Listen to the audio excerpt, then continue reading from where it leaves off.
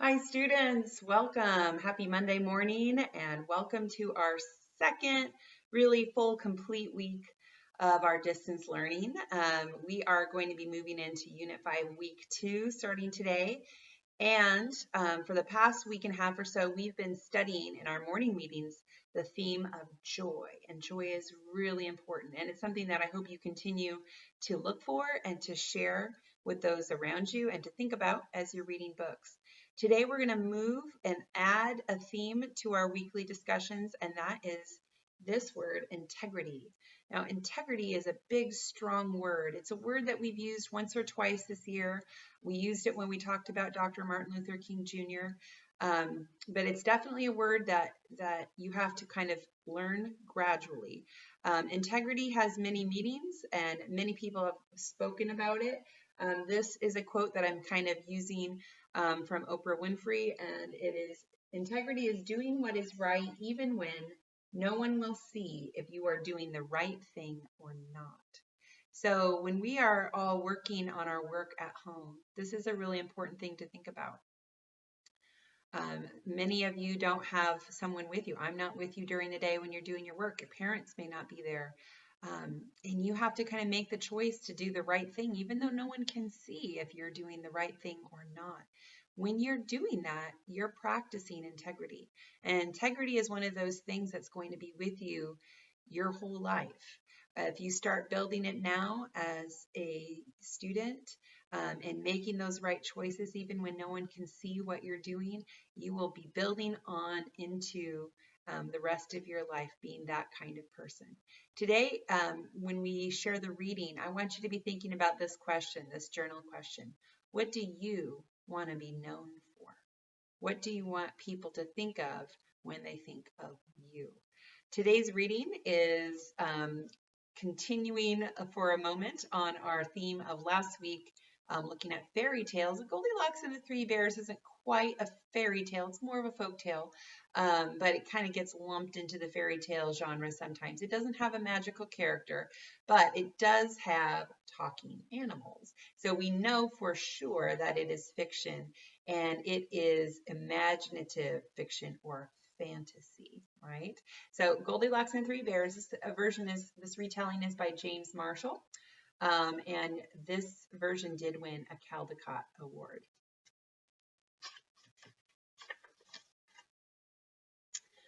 Once there was a little girl called Goldilocks. What a sweet child, said someone new in town. That's what you think, said the neighbor. Uh-oh. We have our first indication on the very first page that what Goldilocks appears to be may not be the kind of person she actually is inside. One morning, Goldilocks' mother sent her to buy muffins in the next village. You must promise not to take the short cut through the forest, she said. I've heard that bears live there. I promise, said Goldilocks. But to tell the truth, Goldilocks was one of those naughty little girls who do exactly as they please. So here's Goldilocks representing herself as someone her mother can trust. But in reality, she's not that person. Here's a sign that says shortcut, danger, very risky, not a good idea. Turn back, go the other way. And Goldilocks doesn't look like she's going to make the right choice. Meanwhile, in a clearing deeper inside the forest, in a charming house all of their own, a family of brown bears was sitting down to breakfast.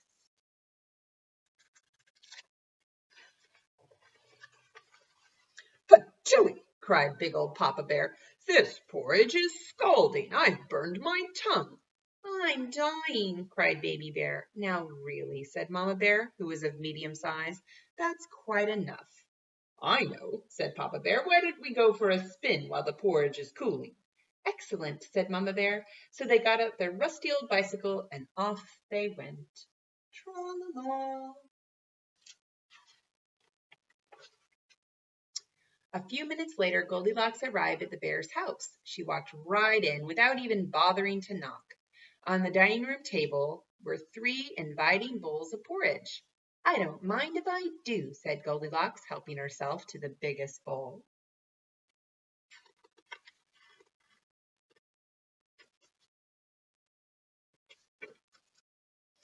But the porridge in the biggest bowl was much too hot. "Patooey!" cried Goldilocks as she spat it out. Next she tasted the porridge in the medium-sized bowl, but that porridge was much too cold. Then Goldilocks tasted the porridge in the little bowl, and it was just right, neither too hot nor too cold. In fact, she liked it so much that she gobbled it all up.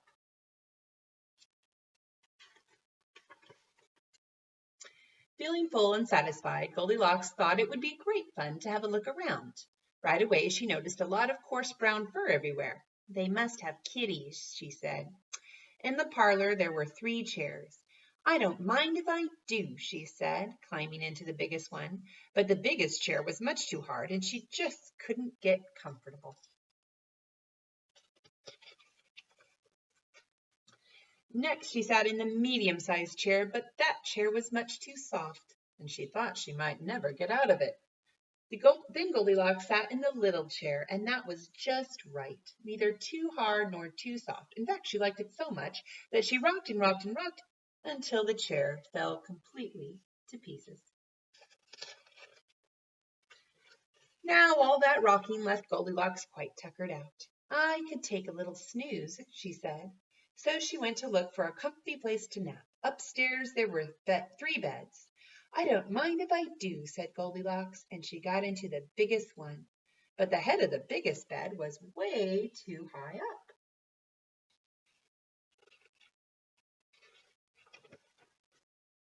Next she tried the medium-sized bed, but the head of that bed was much too low. Then Goldilocks tried the little bed, and it was just right. Soon she was all nice and cozy and sound asleep. She did not hear the bears come home. The 3 bears were mighty hungry, but when they went in for breakfast, they could scarcely believe their eyes. "Somebody has been in my porridge," said Papa Bear. "Somebody has been in my porridge," said Mama Bear. "Somebody has been in my porridge," said Baby Bear, "and eaten it all up."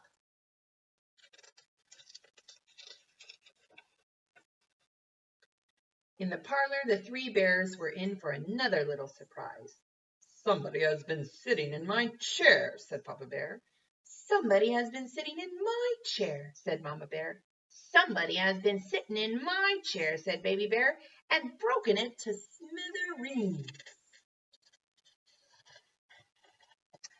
The 3 bears went upstairs on tiptoe, not knowing what they would discover. At first everything seemed fine, but then Papa Bear lay down in his big brass bed. "Somebody has been lying in my bed," he cried, and he was not amused. "Egad!" cried Mama Bear. "Somebody has been lying in my bed." "Look!" cried Baby Bear.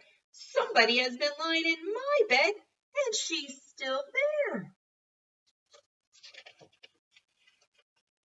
"Now see here!" roared Papa Bear.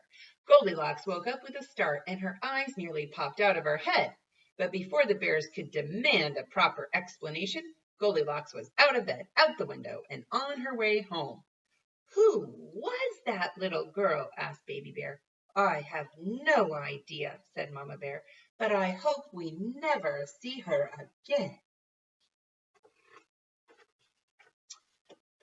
And they never did.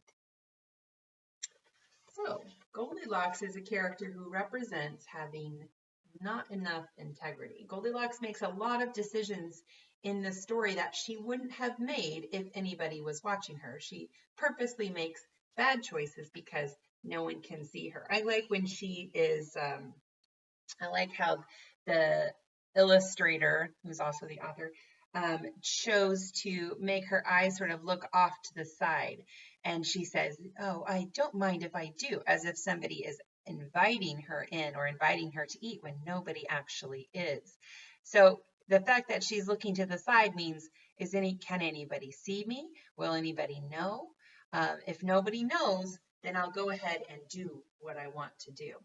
All right, so thinking about integrity, your first question in your journal.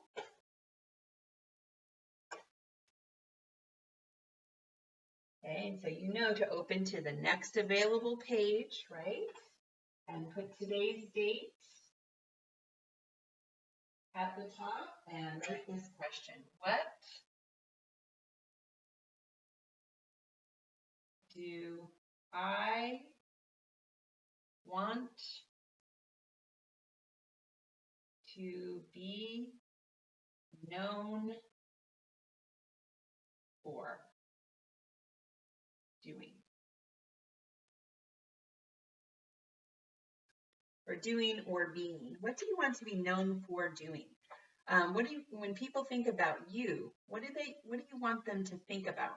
So you can write a few sentences and then you can draw a picture. You can draw a picture of yourself, a self-portrait, and draw a picture of yourself doing things that you want to be known for, or showing that in some way. Okay. And I look forward, of course, to seeing you hold those journal entries up when we have our lessons this week. So see if you can get it done before our 10:45 language arts lesson. Okay, students, well, I'm looking forward to seeing you. We will talk soon. Bye for now.